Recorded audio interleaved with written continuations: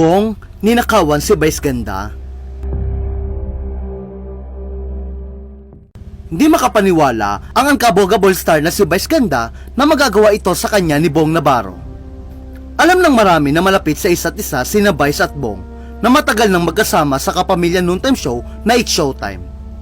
Sa programa ay madalas ngang makikita sina Bong at Vice na nagkukulitan. Pero hindi lang sa kasiyahan nagdadamayan ang dalawa kundi maging sa mga pagsubok at kalungkutan.